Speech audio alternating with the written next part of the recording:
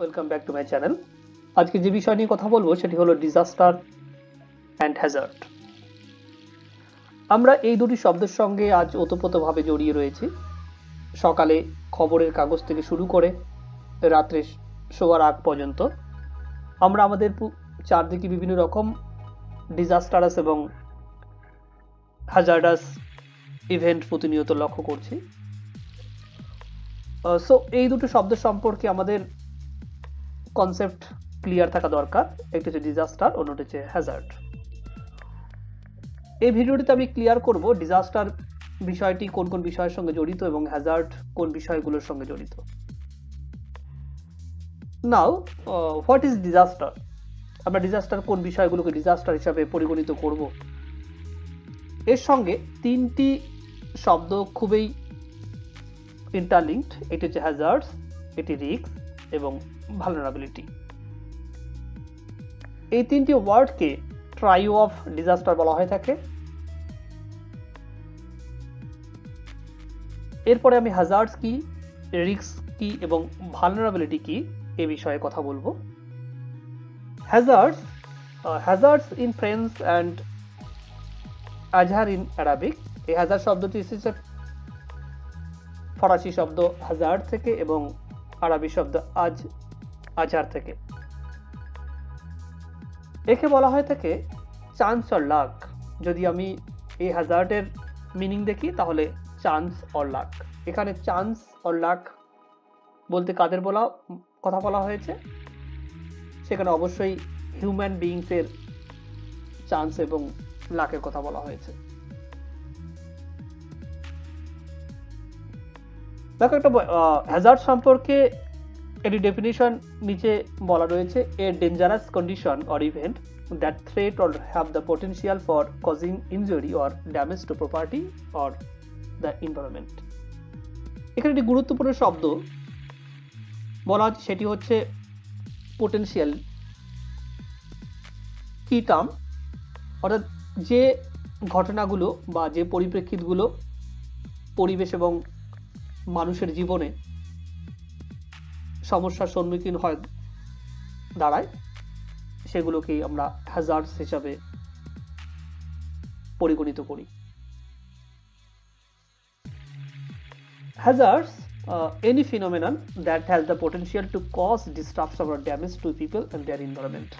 অর্থাৎ যে ইভেন্টগুলোর মধ্যে পোটেনশিয়ালিটি রয়েছে মানুষের এবং মানুষের সম্পত্তির ধ্বংস করার জন্য, সেই ইভেন্টগুলোকে হ্যাজার্ডস হিসাবে গণ্য করা হয়। জন হুইটো একটি সংজ্ঞা দিয়েছেন এরকম: a hazard is a natural event while the disaster is its consequence। Here is another word, consequence. Hazards is perceived natural event which threatens both life and property. A disaster is the realization of these hazards. অর্থাৎ হ্যাজার্ডসকে একটি natural events বলা হয়েছে, অন্যদিকে ডিজাস্টারকে বলা হয়েছে consequence. আর ডিজাস্টারকে বলা হয়েছে realisation of this hazards. অর্থাৎ যে হ্যাজার্ডসগুলো ম্যানমেড হতে পারে অথবা ন্যাচারাল হতে পারে, সেই হ্যাজার্ডস তখনই ডিজাস্টার হিসেবে পরিগণিত হবে যখন তার মধ্যে একটি পোটেনশিয়ালিটি থাকবে কি করার না, মানুষ এবং মানুষের সম্পত্তি এবং পরিবেশের ক্ষতি করার।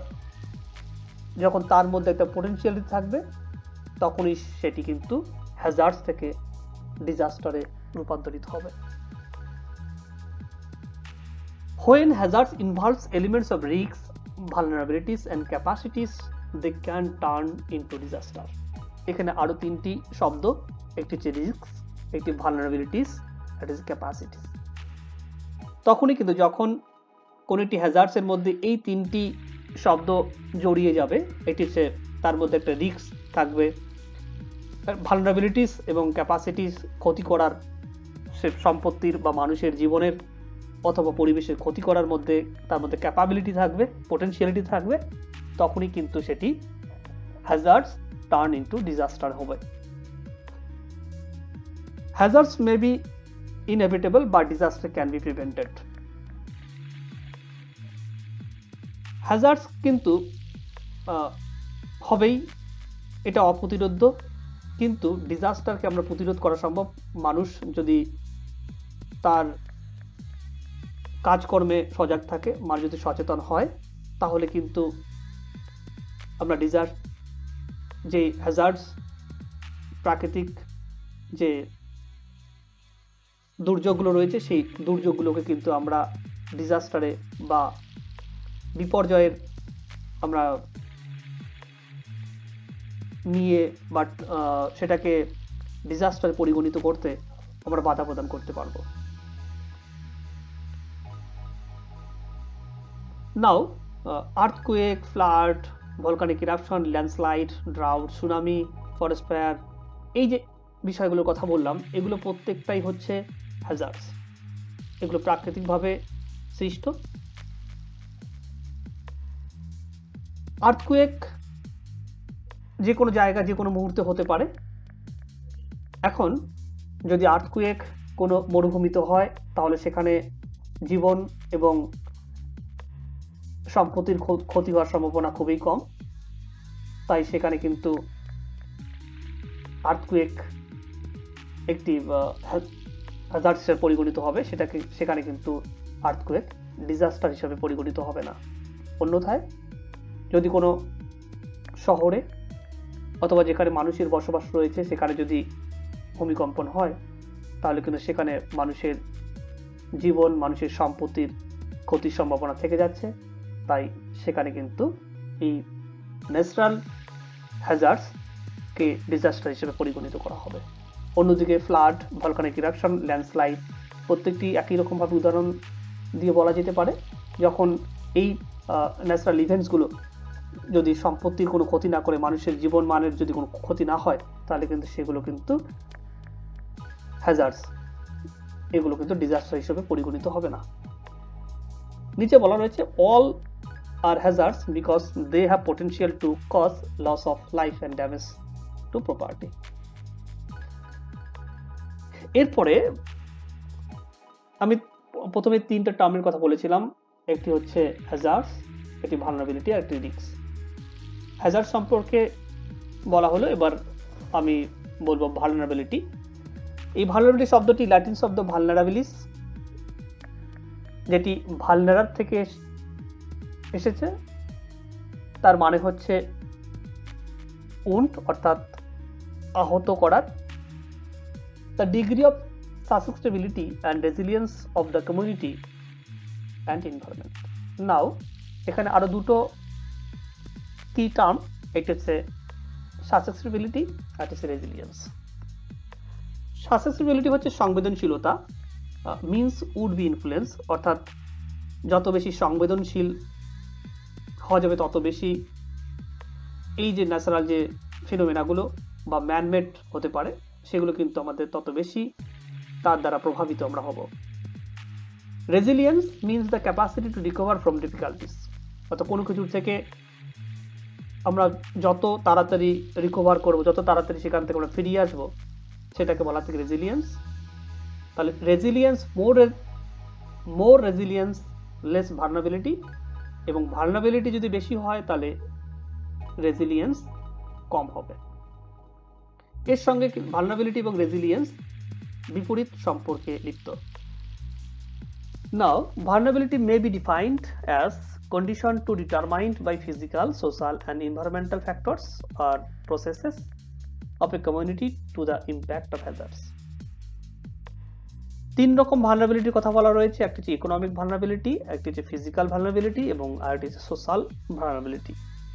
ইকোনমিক ভালনারেবিলিটি কোন বিষয়টি? এখন এই করোনার প্যান্ডেমিক সিচুয়েশনে যদি কোনো স্লামে যদি বলা হয় সোশ্যাল ডিস্টেন্সিং মেনটেন করার জন্য, তাহলে কি সেটা করা সম্ভব? It's impossible. কারণ বস্তিতে যে সমস্ত মানুষ বসবাস করেন তারা আর্থিকভাবে পিছিয়ে পড়া মানুষ, তার ফলে তাদের পক্ষে সোশ্যাল ডিস্টেন্সিং মেনটেন করে বসবাস করা অসম্ভব। So that is economic vulnerability. Now physical vulnerability বলতে বোঝানো হয়েছে, ধরো কোনো একটি আর্থকুয়েক প্রবণ এরিয়া, যেখানে ভূমিকম্প প্রবণ এলাকার মধ্যে যদি কাঠের বাড়ি থাকে তাহলে সেটি ভূমিকম্পের প্রভাবে ক্ষতিগ্রস্ত হওয়ার সম্ভাবনা খুব কম। আদারওয়াইজ সেখানে যদি বড় অট্টালিকা থাকে, পাকা বাড়ি থাকে, তাহলে সেটি ভূমিকম্পের প্রভাবে ক্ষতিগ্রস্ত হওয়ার সম্ভাবনা বেশি। এটিকে বলা হয় ফিজিক্যাল ভালনারেবিলিটি। আরেকটি রয়েছে সে সোশ্যাল ভালনারেবিলিটি। সোশ্যাল ভালনারেবিলিটি বলতে বোঝানো হয়েছে, এখানে বয়সক্রমের কথা বলা হয়েছে। এখন যদি আমরা দেখি এই করোনার প্যান্ডেমিক সময়ে বলা হয়েছে যারা বয়স্ক মানুষজন রয়েছেন তাদের করোনার প্রকোপ সবচেয়ে বেশি, এরপরে রয়েছে মধ্যবয়সী মানুষজনের মধ্যে, এবং সবচেয়ে কম ভালনারেবিলিটি রয়েছে শিশুদের মধ্যে। এই যে স্ট্রাকচার, এটাকে বলা থেকে social vulnerability. Now risk, another term risk. Risk is measure of the expected losses due to hazards event occurring in a given area over a specific time period. Risk includes two elements, একটি হচ্ছে possibility আর একটি হচ্ছে probability. Possibility বিষয়টা কি? Suppose মৌসুমি বৃষ্টি যখন হবে, অর্থাৎ বর্ষাকালে বৃষ্টিপাত হবে, এটা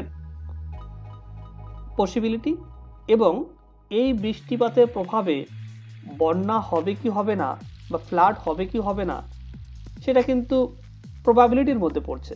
তাহলে পসিবিলিটি এবং প্রবাবিলিটির পার্থক্য বোঝাতে সক্ষম হলাম। নিচে risk equal to hazards plus vulnerability, অর্থাৎ রিস্ক তখনই হবে যখন এই হ্যাজার্ড এবং ভালনারেবিলিটি একত্রে সম্মিলিতভাবে কাজ করবে। হ্যাজার্ড যত বেশি আক্রমণাত্মক হবে এবং ভালনারেবিলিটি যত কম থাকবে, যত বেশি সংবেদনশীলতা থাকবে, তত বেশি রিস্কের দিকে আমরা ধাবিত হব। এরপরের আসল বিষয় সেটি হচ্ছে disaster. What is disaster? Disaster শব্দটি নেওয়া হয়েছে Greek dus, that's mean bad, and aster, that's mean star, অর্থাৎ খারাপ নক্ষত্রের প্রভাবের ফলে আমাদের মাঝে এই বন্যা, খরা, ভূমিকম্প, যে ন্যাচারাল ইভেন্টগুলো সেগুলো হয়, এগুলো একটি ধারণা হিসেবে ধরা হয়। Calamity due to position of the planet or a star, then evolve in Italian as disastro, the become French disaster. তারপরে পরবর্তীকালে এই শব্দ ডিজাস্টার ফ্রেঞ্চ শব্দ থেকে ডিজাস্টার শব্দটি এসেছে। A disaster is a consequence of an event causes significant loss to human lives and property. এই consequence শব্দটি এর আগে আমি বলেছিলাম যে ডিজাস্টার একটি কনসিকুয়েন্স, একটি ঘটনার পরিপ্রেক্ষিত। Disaster is a try of hazards, risk and vulnerability. এই তিনটি বিষয়ের একটি হ্যাজার্ডস, রিস্ক এবং ভালনারেবিলিটির ত্রয়ী বলা হয় থেকে ডিজাস্টারকে। WS একটি সংজ্ঞা প্রদান করেছেন বিপর্যয় সম্পর্কে। Any occurrences that causes damage, ecological disruption, loss of human life, deterioration of the wealth and health services on a scale sufficient to warrant an extraordinary response from outside the affected community or area.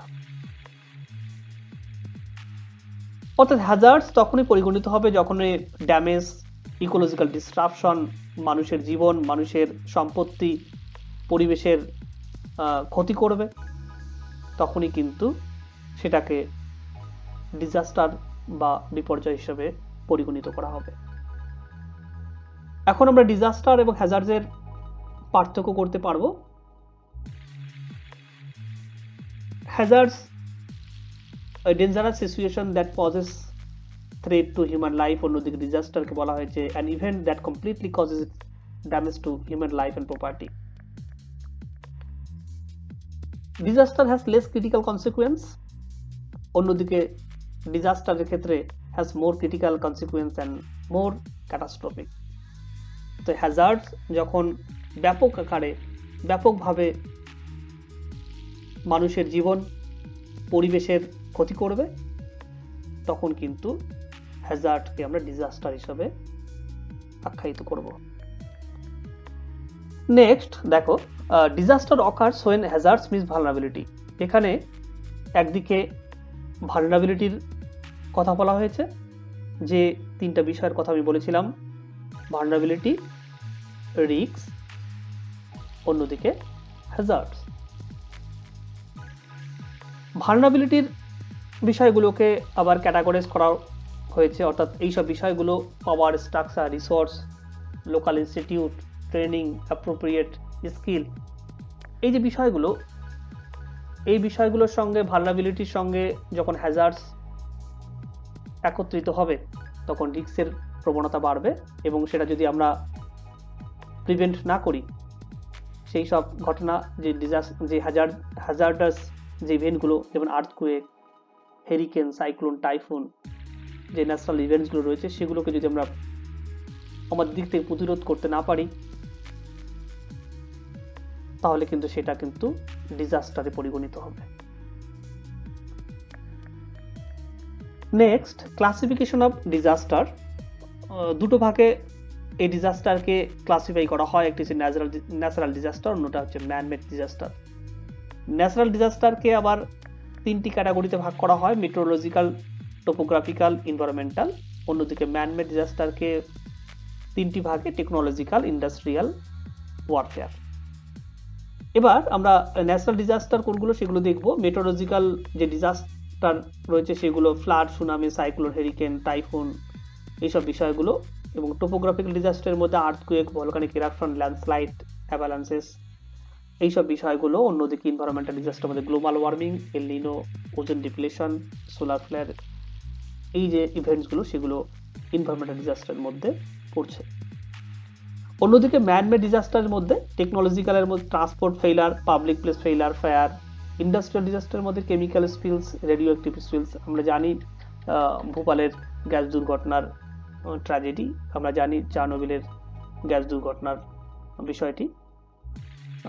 এরপর warfare, war, terrorism, internal conflicts, civil unrest, এই যে ইভেন্টসগুলো বা বিষয়গুলো, এগুলো warfare ডিজাস্টারের মধ্যে পড়ছে। নাও disaster management বিষয়টা কি? যেহেতু আমরা জানি যে হ্যাজার্ড, ন্যাচারাল ইভেন্টস, হ্যাজার্ডস হবেই, এর থেকে আমাদের রক্ষা নেই, এবং সেটা যাতে ডিজাস্টারে পরিগণিত না হয় সেই বিষয়গুলো কিন্তু আমাদের হাতে রয়েছে। কোনো একটি প্রাকৃতিক ইভেন্ট, বন্যা, খরা অথবা সাইক্লোন, এই যে ন্যাচারাল ইভেন্টসগুলো, এগুলো কিন্তু হবেই, এগুলো থেকে আমাদের রক্ষা নেই। কিন্তু এই যে বিষয়গুলো, এদের যাতে বাড়াবাড়ি পর্যায়ে না পৌঁছায়, এটা যাতে ডিজাস্টার কনভার্ট না হয়, সেই বিষয়ে আমাদের ভূমিকা রয়েছে। তো সেখানে কিন্তু ডিজাস্টার ম্যানেজমেন্টের ভূমিকা রয়েছে। দ্য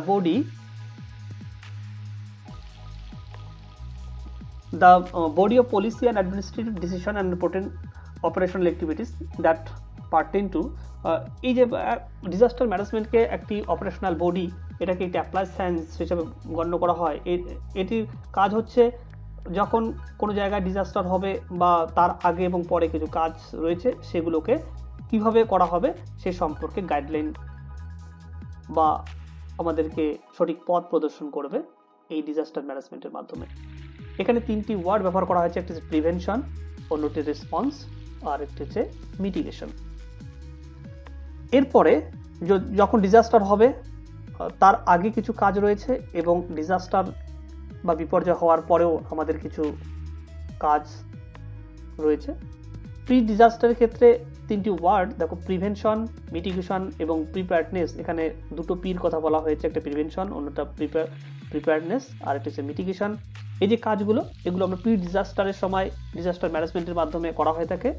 এরপরে যখন কোনো জায়গায় বিপর্যয় হয়ে যায় তখন সেখানে relief, response, rehabilitation, reconstruction, recovery, এখানে 5টি আর এর কথা বলা হয়েছে। এই 5টি আর কিন্তু তারপরে আফটার মানে পোস্ট ডিজাস্টারে সেখানে relief, response, rehabilitation, reconstruction, recovery এগুলো কিন্তু করা হয়ে থাকে।